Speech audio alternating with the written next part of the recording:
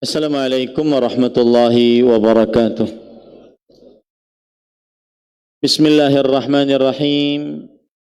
Innal hamdalillah nahmaduhu wa nasta'inuhu wa nastaghfiruh wa na'udzu billahi min shururi anfusina wa sayyiati a'malina. Man yahdihillahu fala mudilla lahu wa man yudlil fala hadiya lahu. Wa ashhadu an la ilaha illallah wahdahu la syarika lah wa ashhadu anna Muhammadan abduhu wa rasuluh. Ya ayyuhalladzina amanu taqullaha haqqa tuqatih wa la tamutunna illa wa antum muslimun. Ya ayyuhan nasu taqu rabbakumul ladzi khalaqakum min nafsin wahidah wa khalaqa minha zawjaha wa batha minhuma رجالا كثيرا ونساء واتقوا الله الذي تساءلون به والأرحام إن الله كان عليكم رقيبا يا أيها الذين آمنوا اتقوا الله وقولوا قولا سديدا يصلح لكم أعمالكم ويغفر لكم ذنوبكم ومن يطع الله ورسوله فقد فاز فوزا عظيما أما بعد فإن أصدق الحديث كتاب الله وأحسن الهدي هدي محمد صلى الله عليه وعلى آله وسلم وشر الأمور محدثاتها وكل محدثة بدعة وكل بدعة ضلالة وكل ضلالة في النار. Alhamdulillah, kita bersyukur pada Allah Subhanahu wa taala pada hari ini, hari Rabu malam Kamis 13 Jumadil Ula 1444 Hijriah, kita dimudahkan oleh Allah Subhanahu wa taala untuk duduk bersama mengkaji kembali kitab Hubbun Nabi sallallahu alaihi wasallam wa alamatuhu, mencintai Nabi Muhammad sallallahu alaihi wasallam dan tanda-tandanya, yang ditulis oleh Fadilatul Syekh Fadl Ilahi Hafizahullah Ta'ala. Salawat dan salam semoga selalu Allah berikan kepada Nabi kita Muhammad sallallahu alaihi wa ala alihi wasallam, pada keluarga beliau, para sahabat, serta orang-orang yang mengikuti beliau sampai hari kiamat kelak. Dengan nama-nama Allah yang husna dan sifat-sifatnya yang ulia, kita berdoa, Allahumma inna nas'aluka ilman nafi'an wa rizqan tayyiban wa amalan mutaqabbala, Allahumma amin. Ahibati fillah, afanillah wa iyakum, para ikhwah sekalian jamaah Masjid Imam Syafi'i Banjarmasin, Kalimantan Selatan, yang saya cintai karena Allah. Semoga Allah Subhanahu wa taala selalu memberikan afiat kepada kita di dunia dan di akhirat. Pada kesempatan kali ini kita masuk kepada al-alamah ar-rabi'ah, tanda mencintai Nabi Muhammad sallallahu alaihi wasallam yang keempat. Penulis berkata, nasru sunnatihi wa dzabbu 'anis syariah, membela sunnah Rasul sallallahu alaihi wasallam dan memperjuangkan syariat beliau. Membela sunnah Rasul maksudnya adalah membela ajaran Rasulullah sallallahu alaihi wasallam, dan syariat beliau maksudnya adalah memperjuangkan syariat, hukum-hukum yang dibawa oleh Nabi Muhammad sallallahu alaihi wasallam, baik itu berupa perintah yang diperintahkan atau larangan yang dilarang. Penulis berkata, minal ma'rufi anna al-muhibba yabdhulu awqatahu wa taqatihi wa ma malakat yaminuhu wa nafsuhu lil ghayati allati yabdhulu laha habibuhu ma lahu wa nafsuhu. Termasuk dari yang sudah dikenal bahwa seorang yang mencintai akan mengorbankan waktunya dan segala macam kekuatannya dan apa saja yang dia miliki, dan juga nyawanya untuk sebuah tujuan yang dengannya dia memperjuangkan orang yang dicintainya, baik itu dengan hartanya atau dengan jiwanya. Artinya seorang yang mencintai maka dia akan berkorban waktu, harta, nyawa bahkan untuk mendapatkan, untuk membela yang dicintainya. Tujuan utamanya adalah membela yang dicintainya. Waqad badzala al-habibul karimu al-mustafa salawatu rabbi wa salamuhu alaih jami'a ma wahabahu Allah Ta'ala min taqatin wa quduratin wa malin wa nafsin li ikhrajin nas minadh dhulumati ilan nur. Dan juga ini dipraktekkan oleh Nabi Muhammad sallallahu alaihi wasallam. Beliau Nabi yang tercinta, Nabi mulia, Nabi pilihan, telah mengerahkan seluruh apa yang Allah Subhanahu wa taala anugerahkan kepada beliau, berupa kekuatan, berupa kebisaan, harta, nyawa, untuk sesuatu yang dicintai oleh Allah Subhanahu wa taala. Itu Nabi kita Muhammad sallallahu alaihi wasallam. Yaitu beliau mengorbankan harta, mengorbankan bahkan nyawa, ya, untuk mengeluarkan manusia dari kegelapan kepada cahaya. Karena itu yang dicintai oleh Allah Subhanahu wa taala. Wa min ubudiyyatil ibadi ila ibadati rabbil ibad. Dan juga beliau memperjuangkan agar para manusia keluar dari penghambaan kepada manusia kepada penghambaan kepada Tuhannya manusia. Wa jahada alaihi salatu wassalam fillahi ta'ala haqqa jihadih litakuna kalimatullahi al-ulya. Dan Nabi Muhammad sallallahu alaihi wasallam berjihad dengan sebenar-benar jihad agar kalimat Allah tetap tinggi, agar kalimat Allah tetap tinggi. Wa kalimatul ladzina kafarus sufla, dan agar kalimat orang-orang yang kafir itu selalu di bawah. Wa qatala hatta la takuna fitnah. Dan Nabi Muhammad sallallahu alaihi wasallam berperang sehingga tidak terjadi lagi kesyirikan. Wa yakuna ad-dinu kulluhu lillahi ta'ala. Dan Nabi Muhammad sallallahu alaihi wasallam berperang agar seluruh amal ibadah hanya ditujukan oleh manusia kepada Allah Subhanahu wa taala. Nah, itulah contoh praktek seorang yang mencintai kepada yang dicintainya.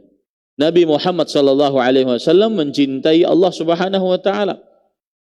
Maka beliau praktekkan cinta tersebut dengan mewujudkan apa saja yang dicintai oleh Allah Subhanahu wa taala, yaitu beribadah hanya kepada Allah dan menjauhi segala macam kesyirikan, terutama di dalam perkara ibadah. Itu kalau dari Nabi kepada Allah. Sekarang dari manusia kepada Nabi Muhammad SAW. Walladzina ahabbuhu sallallahu alaihi wasallam yaqtaduna bihadyihi wa yata'assawna bisiratihi fi hadha kullih. Dan orang-orang yang mencintai Nabi Muhammad sallallahu alaihi wasallam maka contoh petunjuk Rasul sallallahu alaihi wasallam, mensori tauladani sejarah hidup Nabi Muhammad sallallahu alaihi wasallam dalam seluruh hal, dalam segala perkara itu. Artinya sebagaimana Rasulullah sallallahu alaihi wasallam memperjuangkan agama Islam sebagaimana yang disukai oleh Allah Subhanahu wa taala, maka kita pun umat beliau mencontoh Nabi Muhammad sallallahu alaihi wasallam memperjuangkan agama Islam. Qad kanu la yazaluna bihamdillahi ta'ala wa minnatihi yasrifuna jami'a ma ladayhim min taqatin wa quduratin wa yuqaddimuna al-amwal wal arwah lil ghayati allati badzala laha al-habibul karim sallallahu alaihi wasallam al-waqta wal mala wan nafs. Dan orang-orang yang mencintai Nabi Muhammad sallallahu alaihi wasallam masih saja, segala puji bagi Allah Subhanahu wa taala atas segala nikmatnya, masih saja dan terus sampai sekarang mereka mengorbankan seluruh apa yang mereka miliki, dari kekuatan, dari kesanggupan, dari harta, dan juga nyawa, untuk sebuah tujuan yang itu Nabi Muhammad sallallahu alaihi wasallam juga mengorbankan waktu, harta, dan nyawa. Ya. Jadi konsep berpikirnya adalah Allah Subhanahu wa taala menginginkan Nabi Muhammad sallallahu alaihi wasallam Nabi Muhammad sallallahu alaihi wasallam mencintai Allah Subhanahu wa taala. Maka Nabi Muhammad sallallahu alaihi wasallam memperjuangkan cintanya kepada Allah dengan berkorban harta, tahta, dan waktu, nyawa. Begitu juga orang yang umat Nabi Muhammad sallallahu alaihi wasallam yang mengaku cinta kepada Nabi Muhammad sallallahu alaihi wasallam, maka dia mencontoh bagaimana Nabi Muhammad sallallahu alaihi wasallam berkorban untuk agama Allah Subhanahu wa taala. Itu maksudnya. Wa fi ma yali asta'ridu ba'dha mawaqifi ulaika al-abrar allati tadullu ala hadha.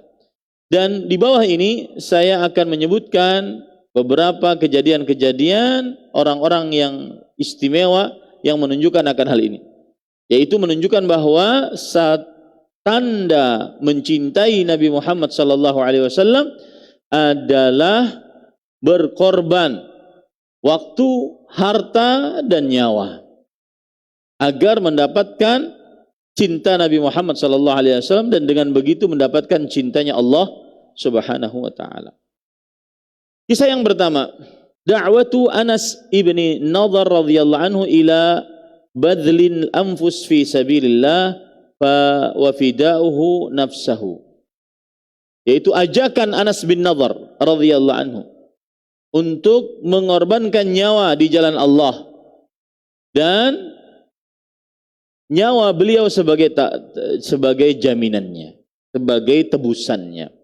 Ini maksudnya adalah terjadi saat peperangan Uhud dan juga saat peperangan Uhud, bahwa ada seorang sahabat yang bernama Anas bin Nadhr radhiyallahu anhu. Beliau mengajak para sahabat Nabi radhiyallahu anhum yang lain untuk berkorban nyawa demi Allah Subhanahu wa taala. Demi Allah Subhanahu wa taala. Apalagi saat terjadi keterdesakan pada Rasulullah sallallahu alaihi wasallam. Karena awal-awal perang Uhud, Nabi Muhammad sallallahu alaihi wasallam dan para sahabatnya menang dan bisa mengambil harta rampasan perang. Akan tetapi ada yang bermaksiat dari para sahabat yang turun dengan ijtihad mereka. Padahal sudah tidak boleh turun dari gunung yang diperintahkan oleh Nabi Muhammad sallallahu alaihi wasallam untuk diam di situ para pemanah. Tapi mereka turun dengan hasil ijtihad mereka. Maka akhirnya pasukan berkuda dari kaum kafir Quraisy yang dipimpin waktu itu oleh Khalid bin Walid radhiyallahu an, nanti beliau masuk Islam, bisa memukul kaum muslimin dari arah belakang.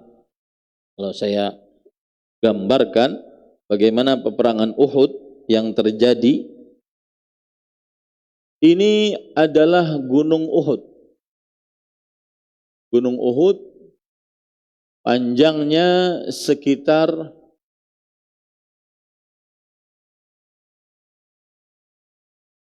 7 sampai 8 kilometer. 7 sampai 8 kilometer. Kemudian tingginya kira-kira 1 kilometer. Kemudian lebarnya kira-kira 3 kilometer. Dan Gunung Uhud sering sekali disebutkan oleh Rasulullah sallallahu alaihi wasallam dalam hadis-hadisnya yang sahih. Kemudian setelah itu di depan Gunung Uhud ada gunung kecil, disebut oleh ahli sejarah Jabalur Rumat. Disinilah Rasul Shallallahu Alaihi Wasallam meletakkan 50 ahli pemanah. Dan Nabi Muhammad SAW berpesan bahwa apa saja yang terjadi pada kami di bawah pasukan kaum muslimin, apa saja yang terjadi, maka jangan turun dari gunung. Entah kami menang, mengambil harta rampasan perang, atau kami kalah, jasad-jasad kami jadi bangkai dimakan burung-burung. Maka jangan pernah turun. Ini kaum muslimin. Kemudian di sini orang-orang kafir.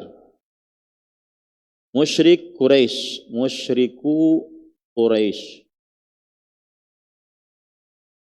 Dan di sini matahari.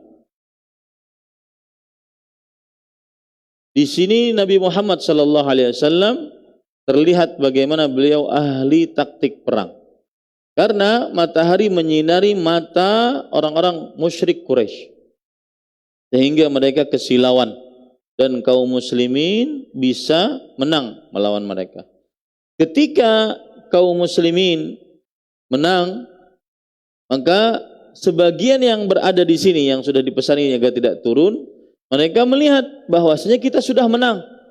Sebagian beristihad, kemudian turun, ikut mengambil harta rampasan perang.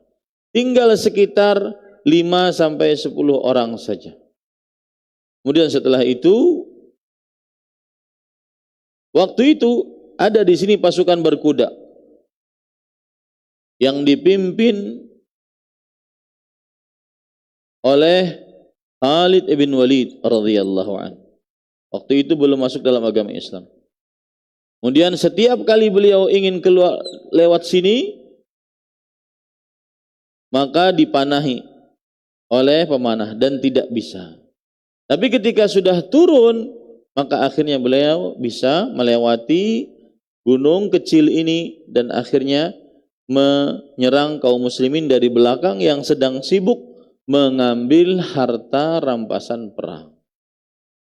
Nah, ketika sudah terjadi kekacauan, kaum muslimin di sini melihat musuh dari belakang, akhirnya ada yang mati, ada yang kabur, ada yang ke atas gunung, di antaranya Rasulullah Shallallahu Alaihi Wasallam dan beberapa para sahabatnya. Termasuk di dalamnya adalah Anas bin An-Nadhr radhiyallahu anhu. Para ikhwan yang dirahmati oleh Allah Subhanahu wa taala,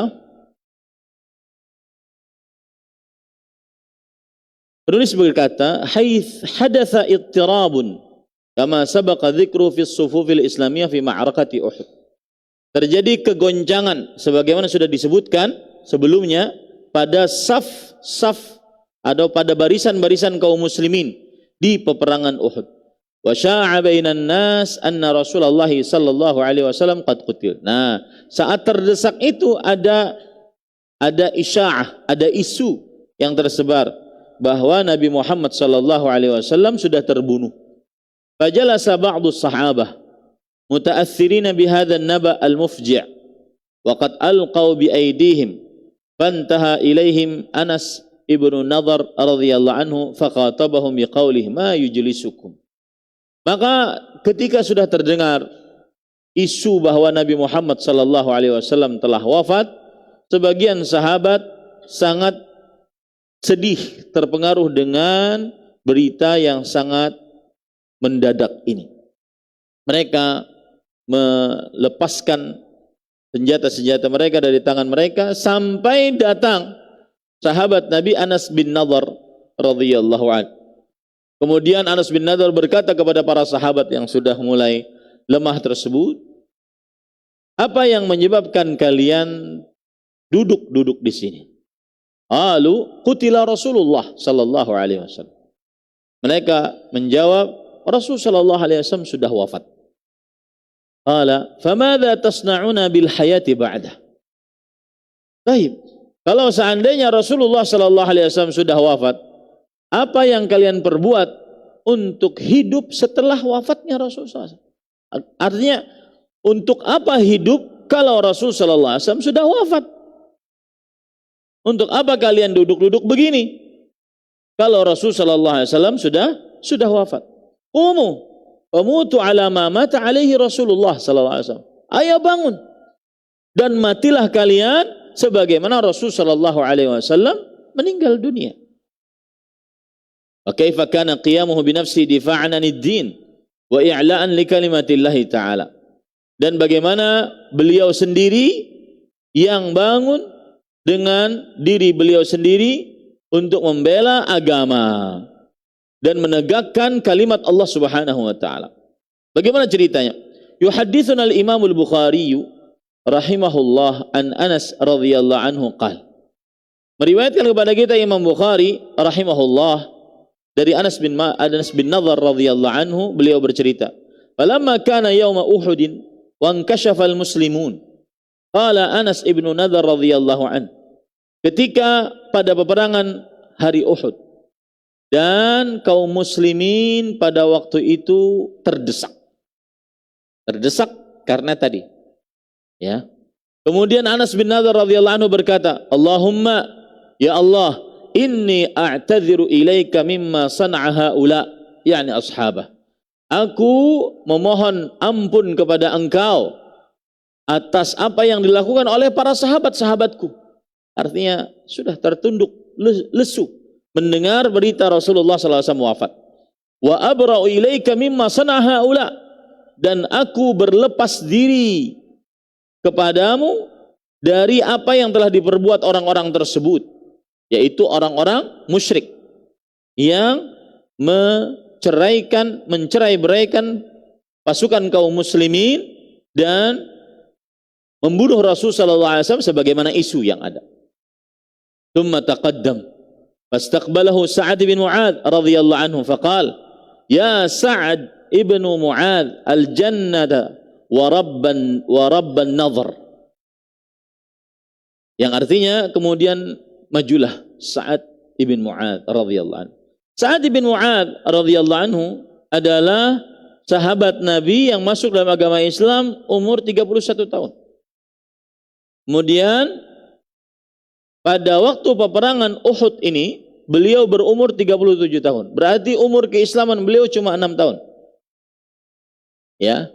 Kemudian setelah itu Anas bin Nadhr radhiyallahu anhu berkata, "Wahai Sa'ad bin Mu'adz, al-jannah wa rabbin nadhr." Wahai Sa'ad bin Mu'adz, maukah engkau masuk ke dalam surga? Demi Allah, pasti surga. Inni ajidu rihaha min duni Uhud. Aku bisa mencium bau surga dari bawah gunung kaki Uhud. Qala Sa'ad radhiyallahu anhu, "Famastata'tu ya Rasulullah, ma sana'." Kemudian Sa'ad bin Mu'adz radhiyallahu anhu mengatakan, "Aku tidak sanggup wahai Rasulullah sallallahu alaihi wasallam sebagaimana apa yang ia lakukan."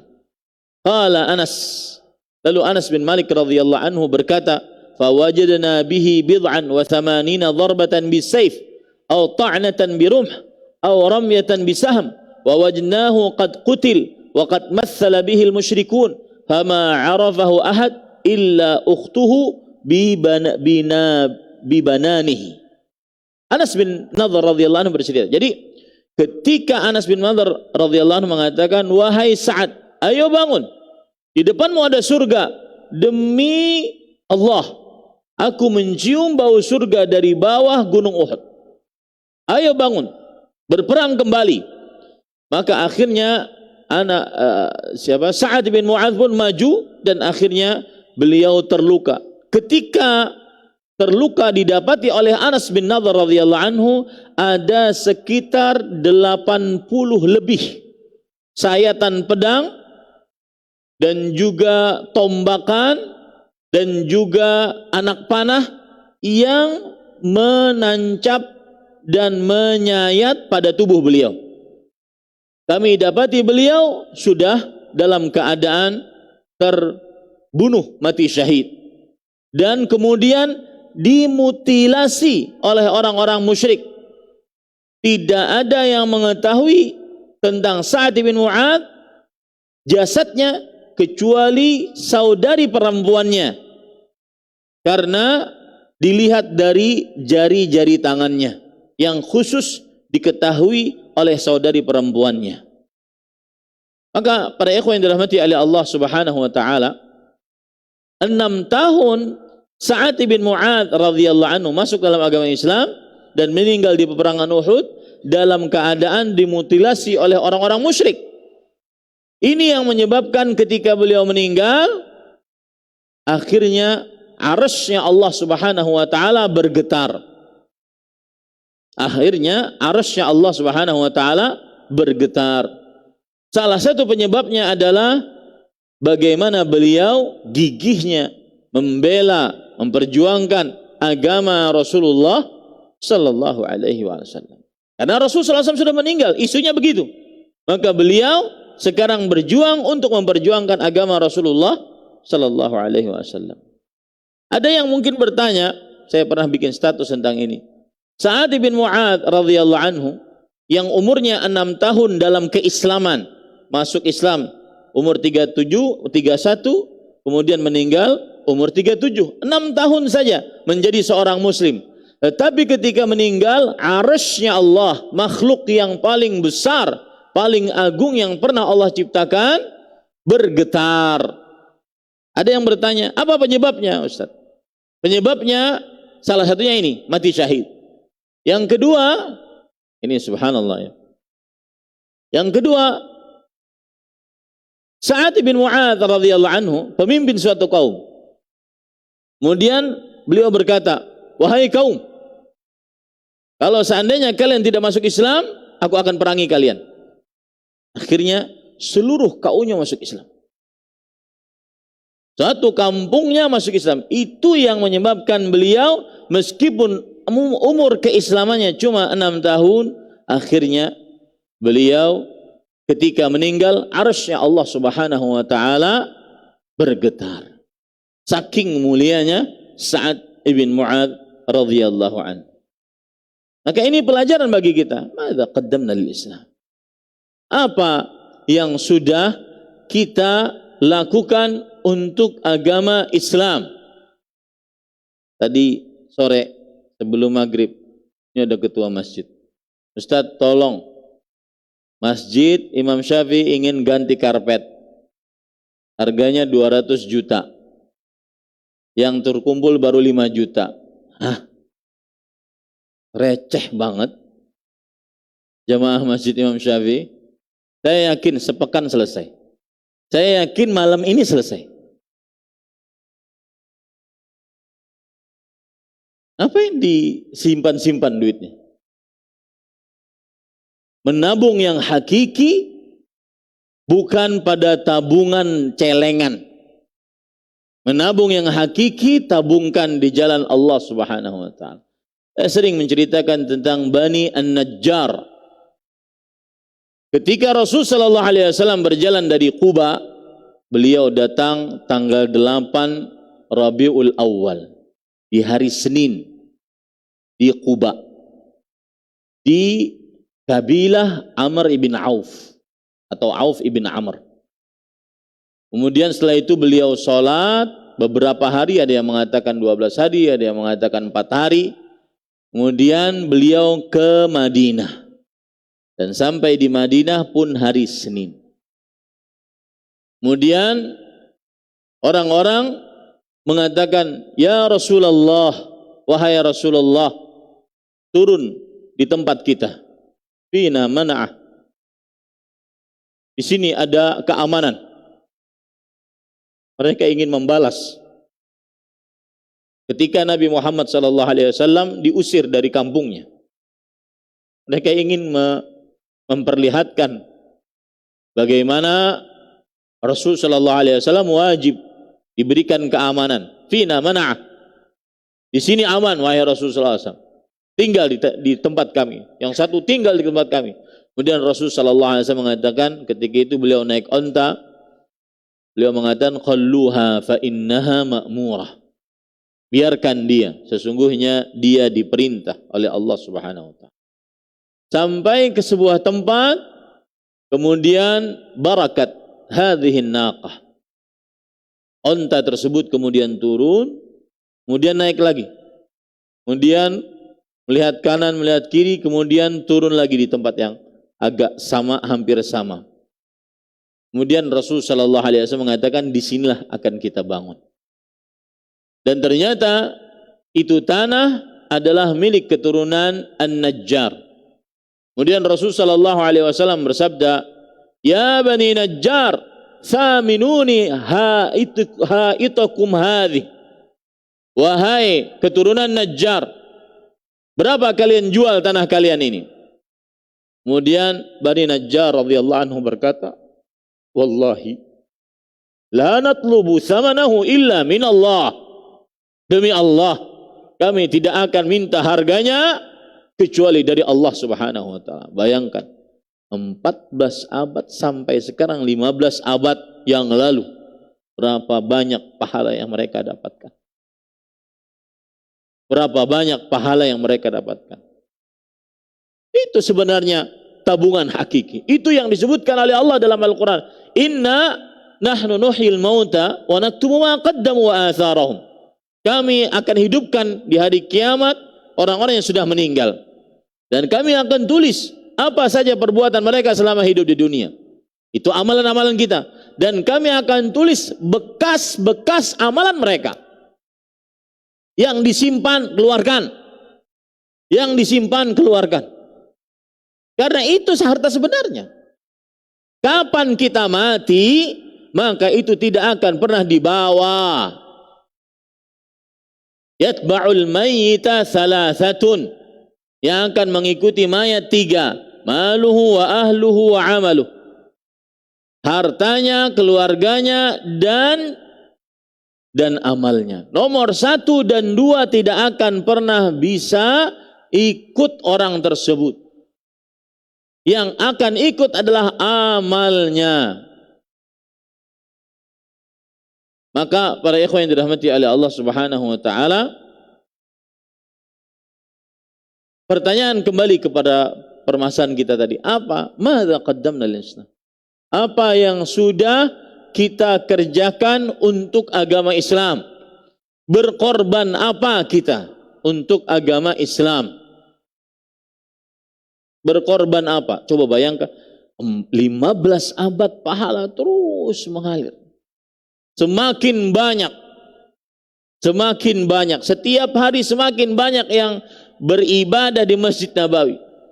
Selama Masjid Nabawi masih digunakan, selama itu pula pahala mengalir. Itu sebenarnya wakaf jariah. Itu harta yang hakiki. Yang diluaskan rezekinya, rumah mega, mobil mewah, harta bertumpuk ruah, emas kiloan, tidak manfaat jika tidak diletakkan di jalan Allah. Ini para ikhwan yang dirahmati oleh Allah Subhanahu wa ta'ala. Kemudian kata Anas bin Nadhr radhiyallahu anhu, kunna nara aw nadhun anna hadhihi al-ayah nazalat fihi aw fi ashbahi minal mu'minina rijalun sadaqu ma ahadullah alaihi ila akhir al-ayah radhiyallahu anhu wa radha. Kata Anas bin Malik, kami mengira atau kami berpendapat bahwa ayat ini turun pada kejadian Sa'ad bin Mu'adz radhiyallahu anhu. Ayatnya berbunyi, minal mu'minin rijalun sadaqu ma ahadullah alaihi wa minhum man qadha nahbahu wa minhum man yantazir wa ma baddalu tabdila. Di antara orang-orang beriman ada rijal, ada para lelaki, rijal, benar-benar laki yang meyakini apa yang Allah telah janjikan kepada mereka. Minhum man qadha nahbah, di antara mereka ada yang sudah meninggal, di antaranya Sa'ad bin Mu'adz. Minhum man qadha nahbah wa minhum man yantazir, di antara mereka ada yang masih menunggu, yaitu orang-orang yang belum meninggal saat bertempur di jalan Allah Subhanahu wa taala. Kata Anas bin Nadhr radhiyallahu anhu, kami kira ayat tersebut adalah termasuk ayat yang diturunkan untuk Sa'ad ibn Mu'adz radhiyallahu anhu. Ini para ikhwan yang dirahmati oleh Allah Subhanahu wa taala. Itu ayat disebutkan oleh Allah di dalam Al-Qur'an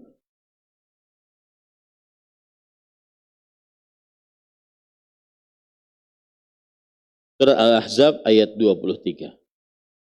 Surat Al-Ahzab ayat 23. Itu cerita yang pertama. Jadi ceritanya adalah Anas bin Nadhr memotivasi para sahabatnya di peperangan Uhud. Salah satu yang termotivasi siapa tadi namanya? Sa'ad bin Mu'adz radhiyallahu anhu. Yang umur keislamannya cuma berapa? 6 tahun. Tetapi saat meninggal apa yang terjadi? Arsy-Nya Allah bergetar. Saking banyaknya amal ibadah yang beliau amalkan. Dan dari sini kita ambil pelajaran para ikhwah. Benar perkataan Bakar bin Abdullah Al-Muzani, seorang tabi'i. Lam yasbiq Abu Bakrin bi kathrati salatin wa siyamin, walakin bima waqara fi qalbihi minal iman. Abu Bakar As-Siddiq radhiyallahu anhu tidak mendahului para sahabat Nabi dengan banyaknya puasa, dengan banyaknya sholat, tidak. Tetapi dengan apa yang tetap dari keimanan di dalam hati beliau. Dengan keimanan yang ada dalam qalbu tersebut, akhirnya beliau berjuang untuk agama Islam. Maka para ikhwan yang dirahmati oleh Allah, semoga kita semua menjadi manusia hamba Allah yang cerdas, tahu hakikat harta sebenarnya. Ada hadis Rasul sallallahu alaihi wasallam mengatakan, yaqulu ibnu Adam mali mali mali. Anak Adam sering mengatakan, ini harta saya, ini rumah saya, itu pabrik saya, itu 20 outlet toko saya, dan seterusnya. Malaka ya bana Adam min malik illa ma akalta fa afnait au labista fa ablait au tasaddaqta fa amdait. Wahai anak Adam, tidak ada harta yang kau miliki kecuali yang engkau makan akan jadi tahi, yang engkau pakai akan hancur, dan yang engkau sedekahkan itulah yang akan tersisa. Yang engkau sedekahkan itulah yang akan tersisa. Dan sekali lagi khusus untuk karpet ini, saya sudah memberitahu pada beberapa waktu yang lalu. Mungkin baru sekarang direalisasikan. Sudah mungkin setengah tahun yang lalu saya beritahu, karpet diganti. Sekarang saatnya untuk berjuang untuk agama Allah Subhanahu wa ta'ala. Nah, silahkan adzan dulu.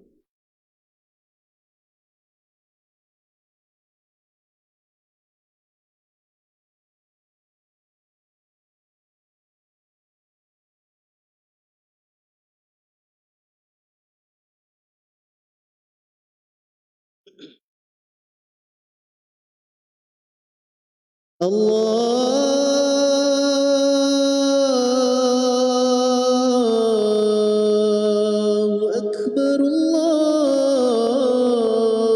Allahu Akbar.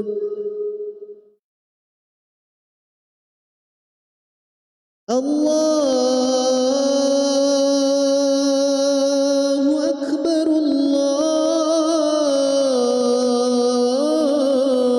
Allahu Akbar.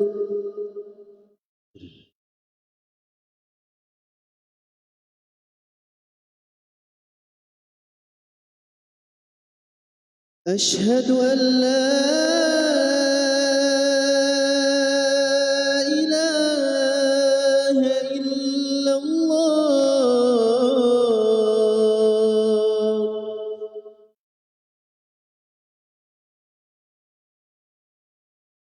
أشهد أن لا إله إلا الله.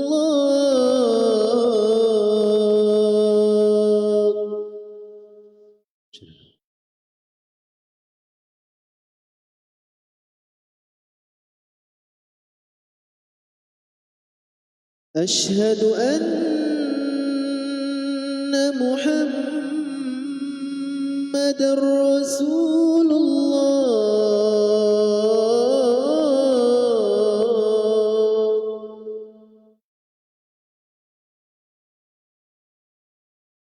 أشهد أن محمدًا رسول الله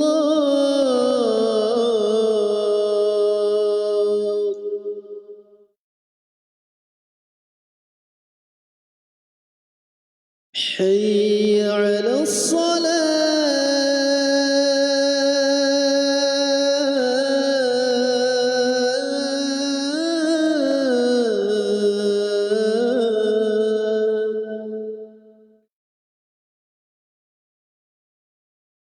حي على الصلاة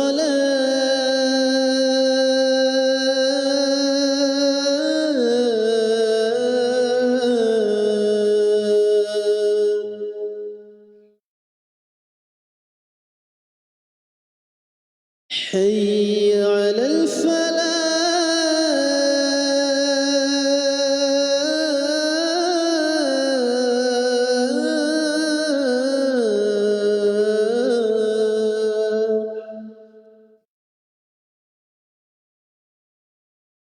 حي على الفلاح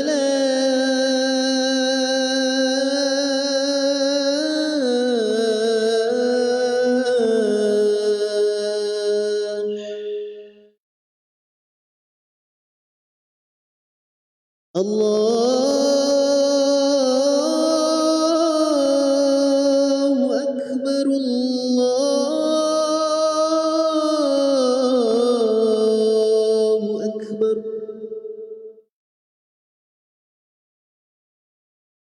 لا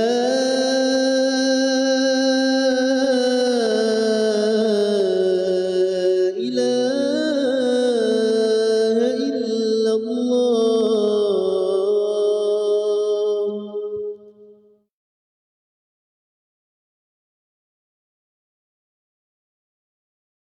Ya, kita lanjutkan.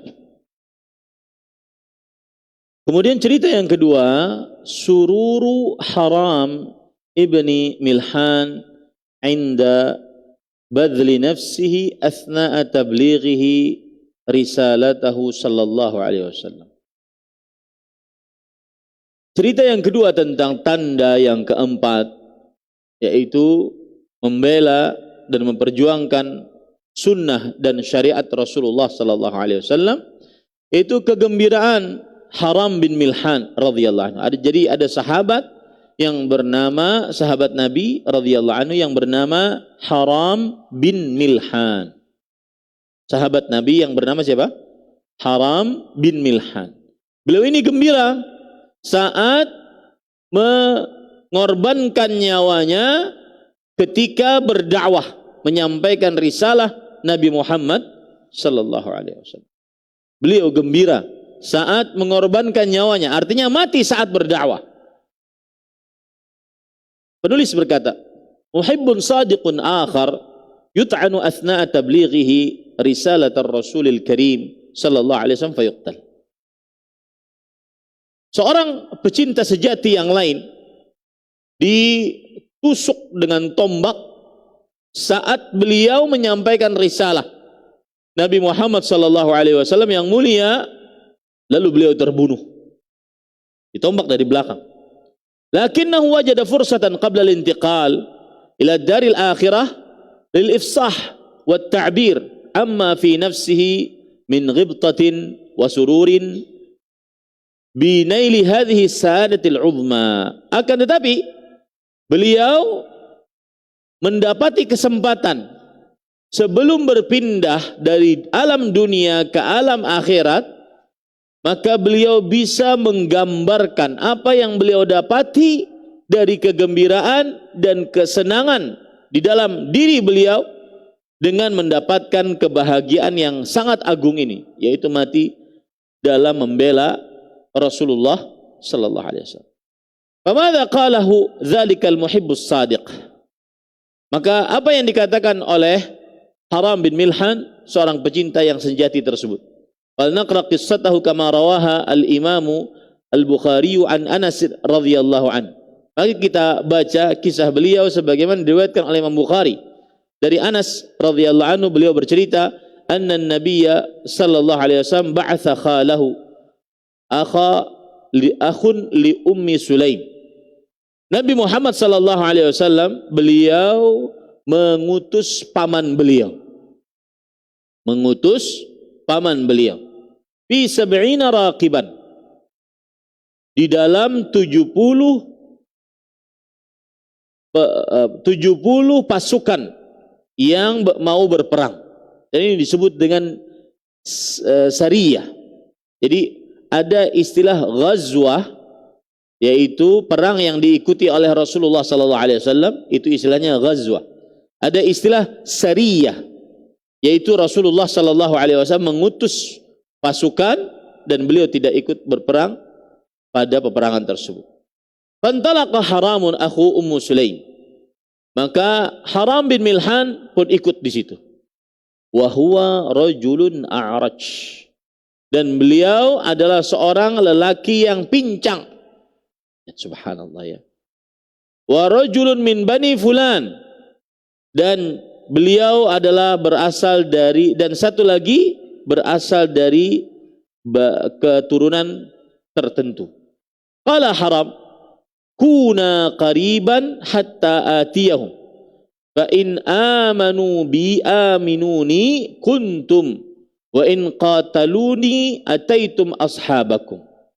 Kata Haram bin Milhan, beliau mendapati sebuah perkampungan. Wahai kalian berdua, mendekatlah kalian. Kalian tetap di sini, aku akan mendatangi mereka, mendakwahi mereka. Jika mereka beriman kepada apa yang aku sampaikan, maka datangilah kalian. Jika mereka membunuh aku, maka hendaknya kalian perangi mereka.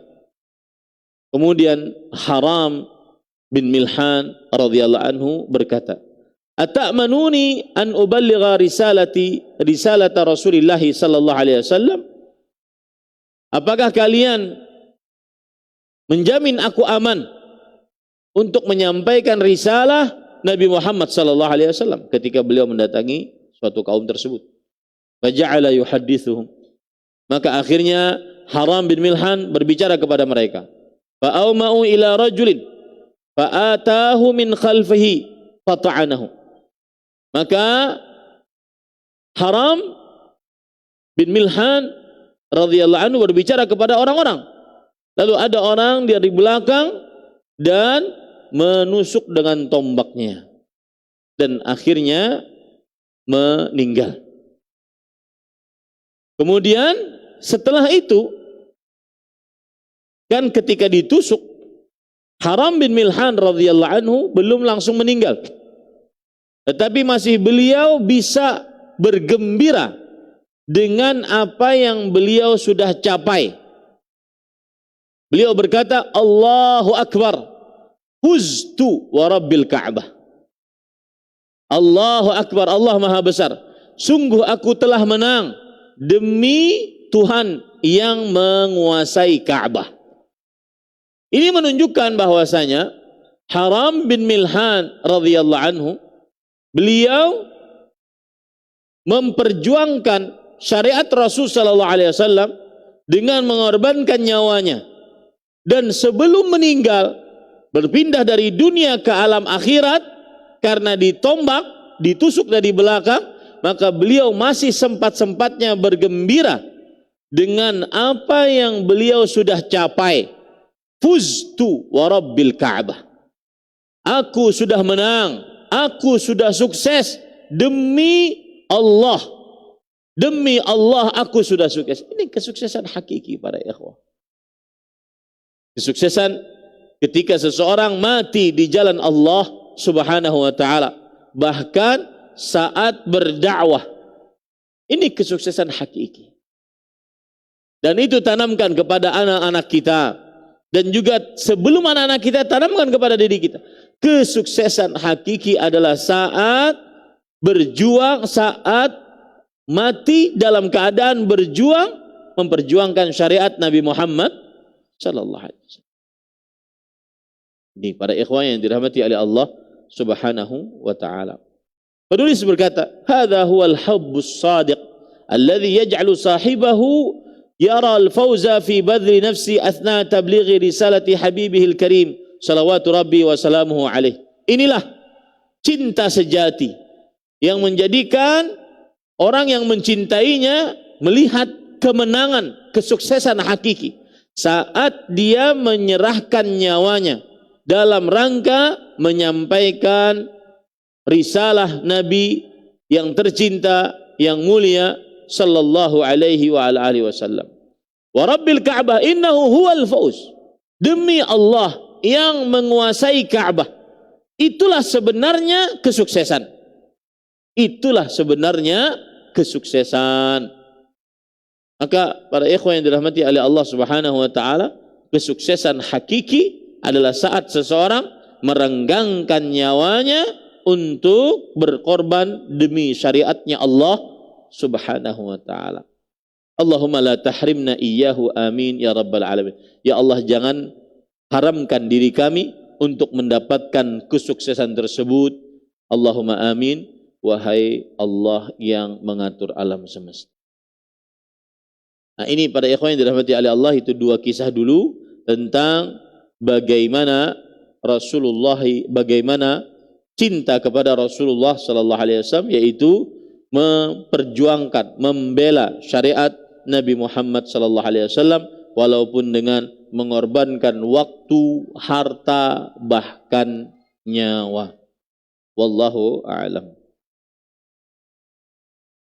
Bagaimana cara kita berhusnudzan terhadap orang yang telah mengecewakan kita? Husnudzan saja. Ya, ini pertanyaan-pertanyaan yang umum, sangat umum sekali, susah untuk dijawab. Ya, mengecewakan tentang apa dulu, kemudian perkaranya apa. Yang penting cara berhusnudzan, ya berhusnudzan, berbaik sangka kepada Allah Subhanahu wa taala. Apakah antara suami istri, atau apakah antara dua kawan yang berdagang bersama-sama, apakah antara teman, macam-macam. Pertanyaannya terlalu umum. Apa yang menyebabkan kita terlalu mencintai harta sehingga takut bersedekah? Karena salah satu sebabnya adalah kurangnya iman tentang akhirat. Ya, salah satu sebabnya adalah kurangnya iman tentang akhirat. Dan ini trik iblis. Iblis kan mengganggu dari depan, mengganggu dari belakang. Makna mengganggu dari depan adalah melupakan kehidupan akhirat, melupakan nikmat yang ada di dalam surga yang kekal abadi. Kemudian nikmatnya tidak pernah terlihat oleh mata, tidak pernah terdengar oleh telinga, tidak pernah terbesit oleh hati, tidak pernah terbesit di dalam kalbu kita bagaimana indahnya nikmat surga. Ini yang membuat akhirnya seseorang dia malas untuk bersedekah. Makanya Allah Subhanahu wa taala sering sekali menyebutkan di dalam Al-Qur'an tentang nikmat-nikmat dunia, kemudian Allah Subhanahu wa taala akhiri di dalam Al-Qur'an dengan wallahu indahu, dan Allah Subhanahu wa taala di sisinya husnul ma'ab. Saya beri contoh, misalkan di dalam surat Ali Imran ayat 14. Zuyyina linnas, diindahkan kepada manusia, hubbus syahawat, kecintaan kepada yang disukai, seperti minan nisa, para wanita, wal banin, anak-anak, wal qanatiril munqantarah minadz zahabi wal fiddah, harta yang banyak dari emas dan perak, wal khailil musawwamah, dan kuda-kuda pilihan, wal an'am, binatang-binatang ternak, wal harth, dan sawah ladang. 6. Itu semua disukai oleh manusia. Dzalika mata'ul hayatid dunya. Itulah kesenangan hidup di dunia. Kalau ada orang terlalu senang dengan kehidupan dunia, menganggap segala-galanya dunia, maka Allah mengingatkan di akhir ayat, wallahu indahu husnul ma'ab. Dan Allah di sisinya terdapat tempat kembali yang baik, yaitu surganya Allah Subhanahu wa ta'ala. Itu ayat yang pertama. Ayat yang kedua, surat Ali Imran ayat 195. Allah Subhanahu wa ta'ala berfirman di dalam Al-Quran tentang berjihad di jalan Allah Subhanahu wa ta'ala. Allah berfirman di akhir ayat, wallahu indahu husnus thawab. Dan Allah di sisinya, lihat di sisinya dahulu, Allah mendahulukan kata tempat. Allah di sisinya husnus thawab, yaitu pahala yang baik. Jadi kalau ditanya apa yang menyebabkan kita terlalu mencintai harta sehingga takut bersedekah, karena dilupakan tentang kehidupan akhirat, surganya Allah Subhanahu wa ta'ala. Maka Rasul sallallahu alaihi wasallam pernah bersabda, was-sadaqatu burhan. Sedekah itu burhan. Burhan itu apa artinya? Burhan artinya adalah bukti iman. Sedekah adalah bukti iman. Bukti iman tentang kehidupan akhirat, bukti iman bahwa Allah Maha Kuasa akan menggantikan yang sudah disedekahkan, bukti iman bahwa harta yang disedekahkan tidak akan disia-siakan Allah Subhanahu wa ta'ala. Manusia itu kan beriman sebagiannya hanya dengan apa yang dilihat, apa yang didengar, apa yang dirasa, itu baru dia imani. Adapun yang tidak dia lihat, tidak dia dengar, tidak dia rasa, maka kurang diimani. Akhirnya berlaku itu pada sedekah. Kita punya duit 100.000, kita sedekahkan 10.000. Dalam benak kita sebagai manusia adalah duitku berkurang 10.000. Nah, dalam benak kita sebagai manusia, duitku berkurang 10.000. Padahal dalam benak seorang beriman, maka 10.000 itu dikalikan 10, dikalikan 700, dilipatkan lagi berlipat-lipat. Makanya as-sadaqah burhan. Sedekah itu bukti nyata keimanan. Karena dengan sedekah seseorang menganggap hartanya berkurang. Dia hanya bisa bersedekah saat dia mengimani janji Allah Subhanahu wa ta'ala. Oh ya bani Adam, unfiq alaik. Wahai anak Adam, sedekahkan hartamu, aku akan ganti. Kemudian Rasul sallallahu alaihi wasallam juga bersabda, wa ma anfaqtum min syai' fahuwa yukhlif. Allah berfirman, wa ma anfaqtum min syai' fahuwa yukhlifu. Apa saja yang kalian sedekahkan, maka Allah akan ganti. Nah, ini susah untuk diimani. Kenapa? Karena tadi manusia berimannya hanya dengan apa yang dilihat, apa yang didengar, apa yang dirasa. Yang tidak dilihat, tidak didengar, tidak dirasa, tidak diimani. Mana buktinya? Bahkan ada orang begini. Saya pernah waktu itu kajian di sebuah masjid raya di kota, di salah satu ibu kota di sebuah provinsi. Kemudian ada yang cerita, Ustadz, saya ini berhenti dari bekerja yang diharamkan dalam agama Islam gara-gara dengar potongan kajian Ustadz. Saya takut pada Allah dan saya ingin janji yang disebutkan oleh Ustadz dalam ceramah tersebut. Tapi sekarang nyatanya saya tinggalkan itu yang haram, malah sekarang saya terlunta-lunta. Hutang sana, hutang sini, gali lubang, tutup lubang dalam hutang. Ada janjinya.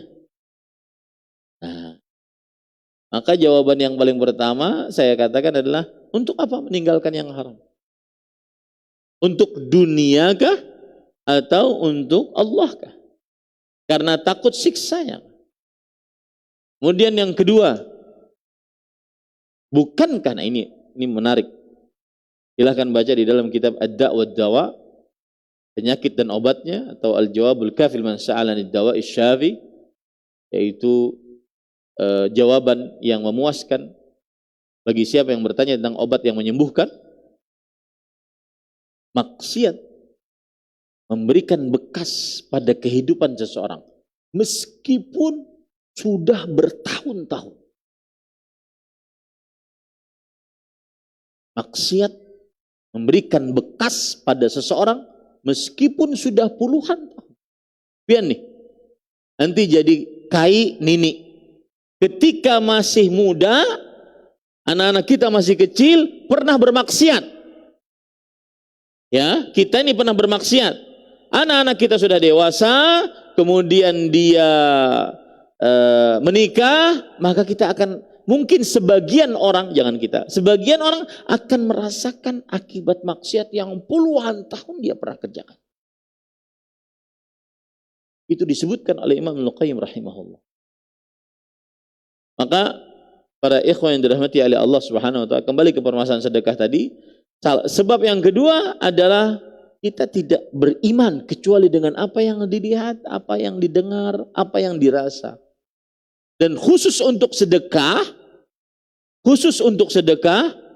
itu benar-benar bukti nyata iman. Karena secara kasat mata kita, perasaan manusiawi kita, harta berkurang. Ya, harta berkurang. Apalagi yang bersedekah dalam jumlah yang banyak. Benar-benar itu berat. Apalagi yang bersedekah dalam keadaan sempit dan juga susah. Itu berat. Tapi dia merupakan bukti keimanan. As-sadaqatu burhan, kata Rasulullah SAW. Sedekah itu adalah bukti nyata keimanan. Nah. Apakah Rasulullah SAW benar-benar kalah oleh kaum kafir di perang Uhud? Karena ada yang mengatakan Nabi tidak kalah di perang Uhud. Tidak kalah, terdesak. Menang awalnya, kemudian terdesak. Kemudian orang-orang kafir Quraisy kan banyak juga yang meninggal. Akhirnya mereka pulang. Tidak kalah total. Tetapi Nabi Muhammad SAW terdesak, 70 sahabat meninggal, Hamzah bin Abdul Muttalib juga meninggal, paman Nabi Muhammad SAW radhiyallahu anhu arba. Apakah ada amalan yang ganjarannya setara dengan berjihad di jalan Allah dan mendapatkan mati syahid? Amalannya adalah banyak amalannya yang setara dengan berjihad di jalan Allah Subhanahu wa taala. Di antaranya yaitu minta agar mati di jalan Allah dengan jujur mintanya. Dalam hadis riwayat Imam Tirmidzi, Rasulullah sallallahu alaihi wasallam bersabda, "Man sa'ala asy-syahadata bi sidqin ballaghahu Allahu manazil asy-syuhada wa in mata ala firasyih." Barang siapa yang mohon kepada Allah mati syahid dengan keimanan, dengan jujur permintaannya, maka Allah akan sampaikan permintaannya meskipun dia mati di atas kasurnya karena sakit. Tetapi niatannya sudah sampai kepada yang dia inginkan. Di sini pentingnya niat. Jadi kalau ditanya tadi apa ganjaran yang setara? Berniat ingin berjihad. Berniat ingin mati di jalan Allah Subhanahu wa taala. Maka dia akan mendapatkan pahala mati syahid di jalan Allah meskipun dia mati di atas kasurnya, bukan di medan pertempuran. Wallahu a'lam. Nah, ada yang lain? Akhir. Nah.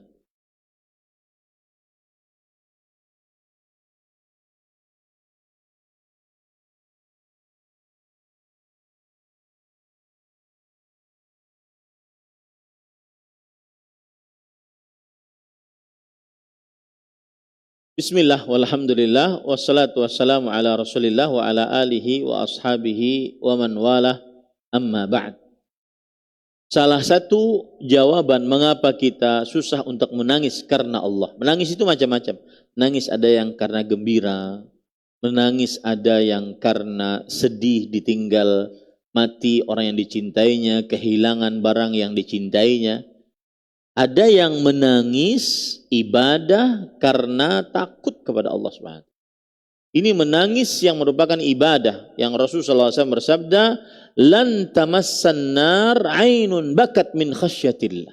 Tidak akan tersentuh api neraka mata yang menangis karena takut kepada Allah Subhanahu wa taala. Jadi menangisnya, situasi menangisnya atau yang mendorong dia menangis adalah karena takut siksa Allah Subhanahu wa taala. Maka jawaban atas pertanyaan tadi adalah berusahalah untuk lebih mendalami nerakanya Allah Subhanahu wa taala. Siksa Allah Subhanahu wa taala. Sehingga kita merasa khawatir atas dosa-dosa kita, akhirnya kita senantiasa memohon ampun, beristighfar, menyesal atas perbuatan dosa, menangis karena telah melakukan dosa-dosa tersebut. Jadi salah satu penyebabnya adalah, atau salah satu kiat agar kita bisa menangis karena Allah, yaitu mengetahui beratnya siksa Allah Subhanahu wa taala. Kiat yang kedua agar bisa menangis karena Allah Subhanahu wa taala, yaitu bertobat kepada Allah. Saya sering mengatakan untuk perkara taubat ini pada ikhwah. Yang pertama, ini bagi siapa saja, semua dari kita yang terutama 40-an, sudah umurnya 40-an ke atas, sudah bingung, campur aduk tuh amal soleh, dosa, macam-macam. Susah untuk dihitung dah. Ya, dipresentasikan susah dah. Saya pernah menzalimi orang pernah menzalimi saya, atau bagaimana, pokoknya susah untuk dihitung. Maka pada ikhwan yang dirahmati oleh Allah Subhanahu wa taala, saya sering mengatakan, pertama adalah bersegera bertobat. Kemudian yang kedua, bertobatlah dengan sebenar-benar tobat. Yang ketiga adalah seseorang minimal jangan pernah dia putus asa dari taubat. Ini nih. Ini yang sering terjadi pada manusia. Orang bertobat, kemudian setelah bertobat kembali lagi. Tobat kembali lagi. Akhirnya merasa, ini bohong-bohong aja ini tobatnya. Akhirnya putus asa. Ada hadis yang baru saya baca. Saya baru tahu juga hadis riwayat Imam At-Tabarani, bahwa Rasul sallallahu alaihi wasallam bersabda, "Ma min 'abdin mu'minin illa walahu dzambun ya'taduhu alfainah ba'da alfainah. La yufariquhu hatta yufaraq. Innal mu'mina khuliqa mufattanan tawwaban nasiyan idza dzukira dzakar." Artinya, tidak ada seorang hamba yang beriman kecuali memiliki dosa yang dia biasa mengerjakannya. Dia kerjakan satu saat, nanti dia taubati, kerjakan satu saat yang lain, nanti dia taubati, kerjakan satu saat yang lain, nanti dia taubati. Nah, ada orang begitu tuh, berdosa lalu dia bertobat, lalu ternyata dia ulang lagi, kemudian dia tobat lagi, sudah itu putus asa, nggak manfaat nih. Nah, itu yang menyebabkan susah menangis. Karena putus asa dari bertobat. Karena merasa dirinya bukan ahlan littaubah. Merasa dirinya bukan ahli untuk bertobat lagi. Karena seperti main-main. Padahal Rasulullah SAW sudah menyebutkan itu. Tidak ada seorang muslim yang beriman, seorang hamba yang beriman, melainkan dia memiliki dosa yang dia kerjakan sesaat kemudian sesaat. Dosa tersebut tidak berpisah dengannya sampai dia berpisah dari dunia ini. Sesungguhnya orang beriman diciptakan oleh Allah selalu kena godaan, tetapi dia selalu bertobat kepada Allah dan selalu lupa. Tetapi jika diingatkan, dia akan ingat kembali. Nah, yang membuat kita bisa menangis adalah teruslah bertobat. Ya, itu satu. Jadi itu tiga tadi. Yang pertama, bersegera bertobat. Kemudian bertobatlah dengan sebenar-benarnya. Kemudian jangan putus asa dari tobat. Sebagian orang kadang-kadang sudah capek dah saya bertobat. Nonton film porno misalkan. Ya. Ngaji juga, ngaji di Masjid Imam Syafi'i ngaji. Tapi malam-malam nonton hal yang diharamkan. Acil-acil berjoget dia tonton setiap malam. Ngaji juga. Sampai dia bingung bagaimana menghentikannya. Maka kemudian dia bertobat. Tapi kembali lagi. Hadis tadi bukan menjadikan kita meremehkan maksiat. Enggak. Hadis tadi menunjukkan bahwa selama hamba bertobat, selama itu Allah mengampuni. Nah itu yang membuat kita bisa menangis karena Allah Subhanahu wa ta'ala. Wallahu a'lam. Nah, ini yang bisa saya sampaikan. Semoga yang disampaikan bermanfaat dan semoga kita diberikan petunjuk oleh Allah Subhanahu wa taala untuk senantiasa membela ajaran Rasulullah sallallahu alaihi wasallam dan akhirnya wafat di dalam keadaan husnul khatimah. Ini yang bisa kita sampaikan, kita cukupkan dengan kafaratul majlis. Subhanakallahumma bihamdik, asyhadu an la ilaha illa anta astaghfiruka wa atubu ilaik. Wa sallallahu nabiyana Muhammad walhamdulillahi rabbil alamin. Wassalamualaikum warahmatullahi wabarakatuh.